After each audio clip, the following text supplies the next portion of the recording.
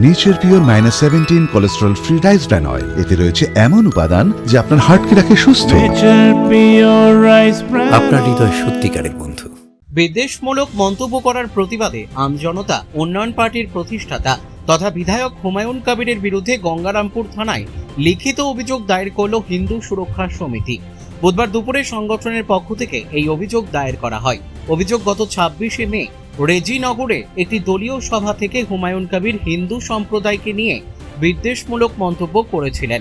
এই বক্তব্যকে কেন্দ্র করে ইতিমধ্যেই রাজ্যের বিভিন্ন প্রান্তে একাধিক সংগঠনের পক্ষ থেকে তার বিরুদ্ধে থানায় লিখিত অভিযোগ দায়ের হচ্ছে।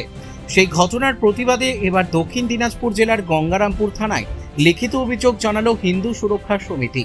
সংগঠনের দাবি, হুমায়ুন কবিরের ওই বক্তব্য সামাজিক সম্প্রীতি নষ্ট করতে পারে এবং একটি বিশেষ ধর্মীয় সম্প্রদায়ের ভাবাবেগে আঘাত করেছে।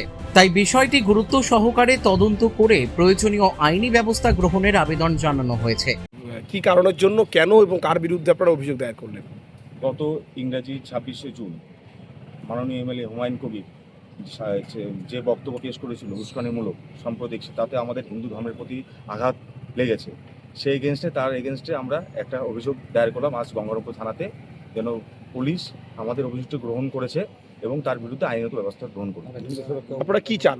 আমরা চাই ওনার বিরুদ্ধে আইনত ব্যবস্থা গ্রহণ করা হোক। উনি এমন কি বিতর্কিত বক্তব্য বলেছেন? সেই বিতর্ক বক্তব্য এমন বক্তব্য ছিল আমাদের হিন্দু ধর্মের আঘাত পেয়েছি, সেই আঘাতের জন্য আজকে আমরা থানায় অভিযোগ দায়ের করলাম তার এগেনস্টে। কোন সংগঠনের পক্ষ থেকে? আমাদের হিন্দু সুরক্ষা সমিতি দক্ষিণ দিনাজপুর।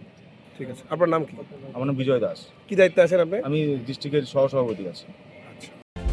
গঙ্গারামপুর থেকে মান্টি সিং এর রিপোর্ট, পুলিশ নিউজ।